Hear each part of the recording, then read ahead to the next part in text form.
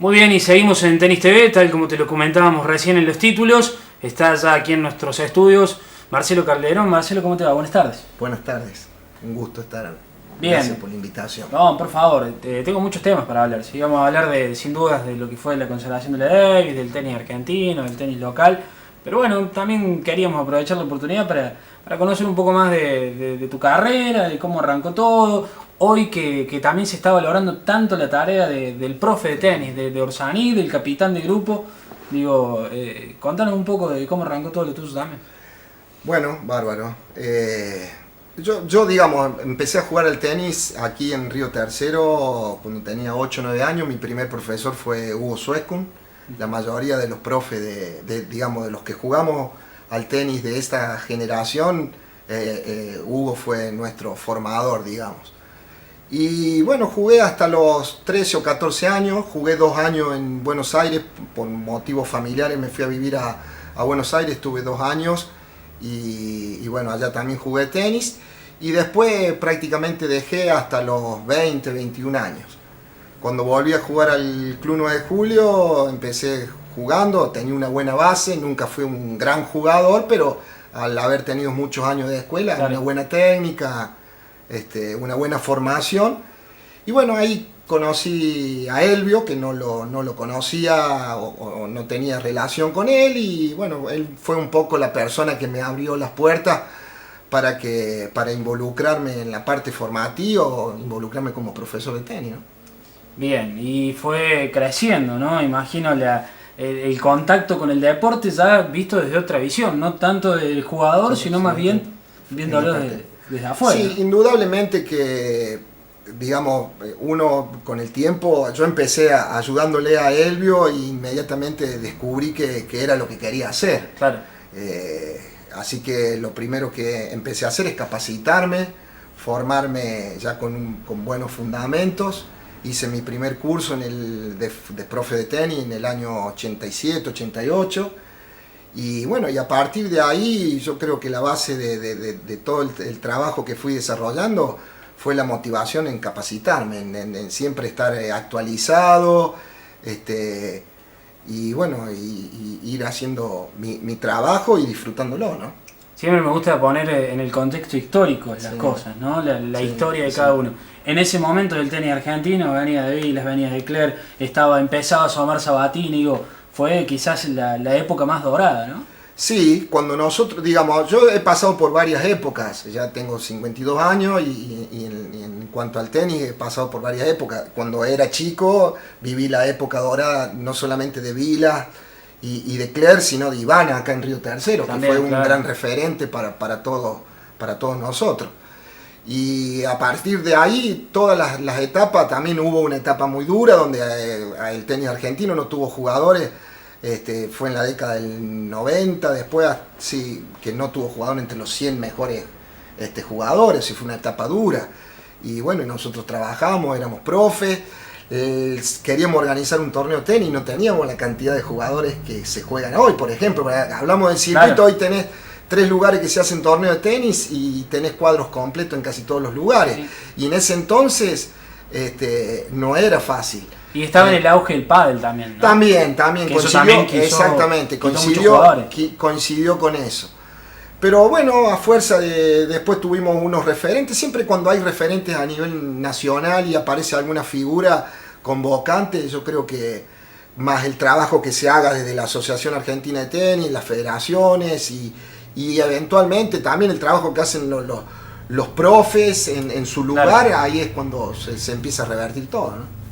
Bien, y después, bueno, ya empezaron a aparecer más jugadores locales también. En realidad en esa época estaban naciendo, porque a ver, Guido, Franco tiene la edad mía, son categoría 88, 89. Sí, yo tuve la suerte de, digamos, en mi etapa formativa como entrenador, porque también tenés una etapa que vos te vas formando, de haber estado al lado de una persona que sabía mucho, que estaba en su mejor momento como entrenador, que era Elvio Rosso, y trabajar en una escuela donde había muchos jugadores y todos de muy buen nivel. Claro. Entonces, con una buena base, yo trabajaba en la escuela y en la parte de precompetición y competición que le ayudaba a Elvio, Entonces yo viví todo ese proceso. Y eso obviamente que te allana mucho el camino. Y bueno, después con el tiempo, con Elvio, hicimos el complejo Río Tenis. Bueno, ya también me fui haciendo mi lugar, yo me quedé solo en Río Tenis, empecé a tener mis propios jugadores y bueno, y me fui haciendo mi camino, ¿no?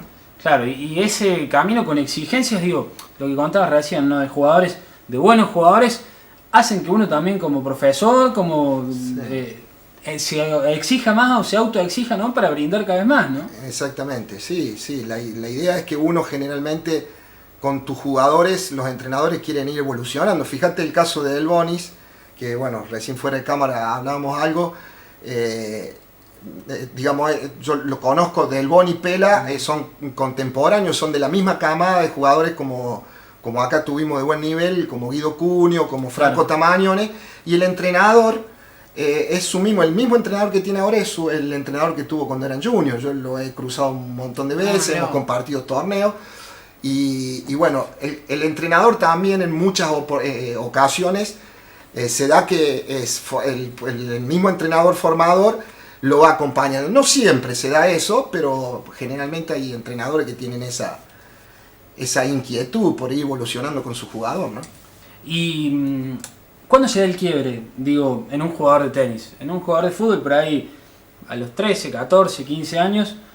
recién se va delineando si es un jugador que tiene vistas a ser profesional, digo, la maduración se debe dar. ¿El tenis puede ser que sea un poco antes, vos que trabajaste con chicos, que lo haces actualmente? No, en realidad, a ver, hay una estadística, hablando de la parte formativa, hay una estadística de la Federación Internacional de Tenis que dice que el 85% del máximo potencial que va a desarrollar un jugador lo va a desarrollar antes de los 14 años.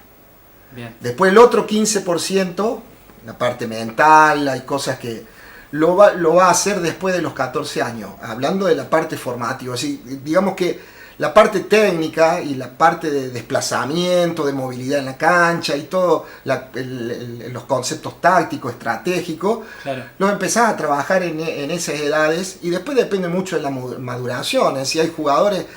En una época todos decían que si en el tenis tenías que explotar a los 20, a los 21 años. No, hoy tenés jugadores de 25, 26, 27 años que llegan a ser top 10 o llegan a alcanzar un gran nivel. Y algunos, muchos de los 25 en adelante, que alcanzan una maduración y que realmente explotan como jugadores. O sea que yo me parece que se ha corrido bastante. Sí, antes inclusive las carreras eran como más cortas, ¿no? Digo, obviamente que están las excepciones, sí, me parece y los también, fenómenos. claro. Pero, por ejemplo, hablando de la Copa Davis, Del Potro, por ejemplo, era un jugador desde niño, de junior, que marcaba una gran diferencia con los otros. Es decir, cuando él ya tenía 16 años, estaba en el proceso de empezar a jugar Future, que es el primer escalón de profesionales, mientras los otros jugadores todavía estaban jugando torneos nacionales. Del Potro, yo creo que en un año se cruzaban en categoría con Franco Tamagnone, pero ya estaban jugando otro nivel, otro tipo de torneo.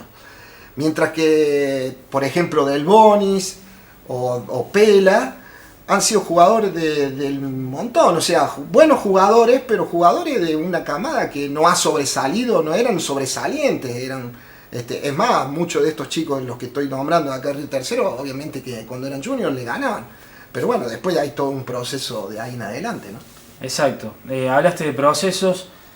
Parecía que si no le ganábamos con aquel equipo, la final que se pierde contra España, no iba a llegar la Davis. Lo escuchaba a Salatino, ¿no? Un hombre que ha visto un montón de Copa Davis en su vida y se pensaba que no se iba a dar. Y este año se formó un grupo que me parece que era lo que faltaba, porque había buen material, pero no había un grupo constituido, se dejaron los egos de lado y se pudo yo creo que el mayor logro o el mayor ejemplo que queda de este logro es precisamente eso, el trabajo en equipo que se hizo, ¿no? Porque fíjate vos que con jugador, obviamente tenés un jugador, super jugador como Del Potro, pero otros jugadores eran jugadores de un nivel de buen nivel de ATP. Pero se conformó un grupo tan unido, hubo un gran trabajo de Daniel Orsanic y que le llevó 2 años, porque si vamos al caso, hace 2 años que él es capitán y es un gran trabajo que está haciendo incluso a nivel nacional también, ¿no? Con los juniors, con los jugadores más chicos, exactamente igual, ¿no? Me parece que hubo mucha confianza, ¿no? No le pesó para nada la camiseta del Bonis, no solo en esta serie, sino también en la anterior, cuando tuvo que ir a puntos claves. Sí, la verdad que a mí me sorprendió el nivel que jugó del Boni el quinto punto.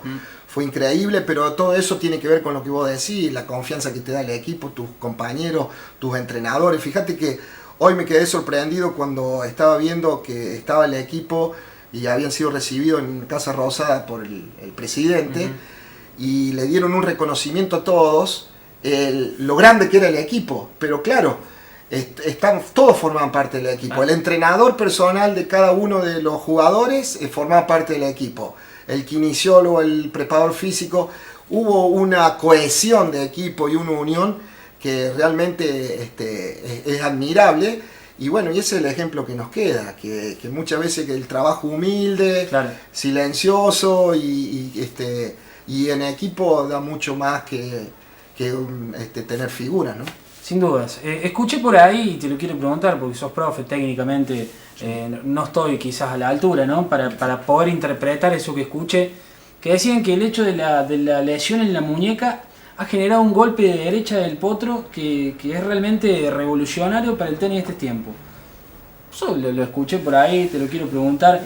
Puede que haya desarrollado. Al no pegarle no lo tanto escuché nunca, sí, no lo escuché nunca. Sí, lo que pasa es que se nota más ahora el juego del potro, que lo basa más sobre su derecha. Claro, una derecha con el juego paralela, me parece, sí, que la paralela con derecha. Siempre tuvo una buena derecha, y precisamente la lesión viene por un poco por el lado del revés. Pero yo no lo había escuchado nunca. Lo que pasa es que se nota más ahora el juego porque está basado sobre precisamente ese golpe, pero no creo que haya sido un cambio así rotundo ahora después de la lesión. Y bueno, y por supuesto sí, nuestra figura local, sí, Gustavito Fernández, también parece que fue lejano lo que consiguió, pero fue un año que tuvo un arranque espectacular para él con lo que pasó en Roland Garros, ¿no? Sí, la verdad que también otro gran jugador y otro orgullo riotercerense. Y bueno, también yo muy contento de haber aportado mi granito de arena para que todo lo que está viviendo Gustavo, sé lo que lo está disfrutando Gustavo, su familia, porque bueno, lo soñó en su momento, y bueno, las cosas se están dando así tal cual lo había pensado, ¿no? Claro. Y hay muchos, viste, que se ve mucho más en el fútbol. Sí. Que cuando ven a un jugador, para después decir, yo te dije que este era bueno, ¿viste? Sí, es mucho eso. ¿Vos te diste cuenta de que tenía potencial ya de chico? ¿O sí, un punto en el que... O sea, todos nos dábamos cuenta. Es decir, Gustavito, a ver, cuando tenía 11 años, 12 años, cuando volvió y empezó a vivir en Río Tercero de nuevo, porque estuvieron, bueno, por su padre, claro, que jugaba, vivían en distintos lugares. Empezó a jugar en el Club 9 de Julio tenis, y cuando hacíamos los torneos, los encuentros de escuela, jugaba de igual a igual con otros chicos de tenis convencional. Él jugaba en la silla de ruedas. Claro. O sea que ya te dabas cuenta que era un distinto, y jugaba de igual a igual. En el año 2008, el papá de Gustavo un día me fue a ver. Yo estaba trabajando en el club en Río Tenis, y me fue a ver con la idea de armar un programa de entrenamiento, la única escuela o centro de entrenamiento para jugadores de silla de ruedas que había era en Buenos Aires. Y bueno, él era muy chico, sacarlo de su entorno familiar y ir allá no era fácil. ¿Y en qué lo podía ayudar yo? Así que así fue como empezó nuestra relación. Es decir, yo en un principio dudé un poco, en el sentido de que no sabía cuántos aportes le podía hacer a él, como no estaba formado para trabajar, claro, con jugadores en silla de ruedas.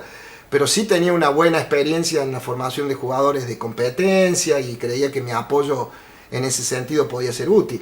Y después, bueno, la familia y el mismo Gustavo me lo hicieron muy fácil, y bueno, yo me fui compenetrando de todo lo que es el tenis convencional, y digo el tenis en silla de ruedas, y con los aportes precisamente del tenis convencional fuimos haciendo un programa que dio sus resultados. Claro, sí, exactamente, un pedazo de jugador, y sí, tenemos la suerte de que sea Río Tercerense. Sí. Y la última se conoció días atrás de la excelente noticia de que Río Tercero finalmente va a ser capital nacional del deportista. Escribiste un libro sobre el deporte que, bueno, recién te habla desconocida, ¿sí? Está bien, Cosas está que bien, pasan, está bien. pero bueno, ¿qué reflexión haces? Digo, es un buen logro, ¿no?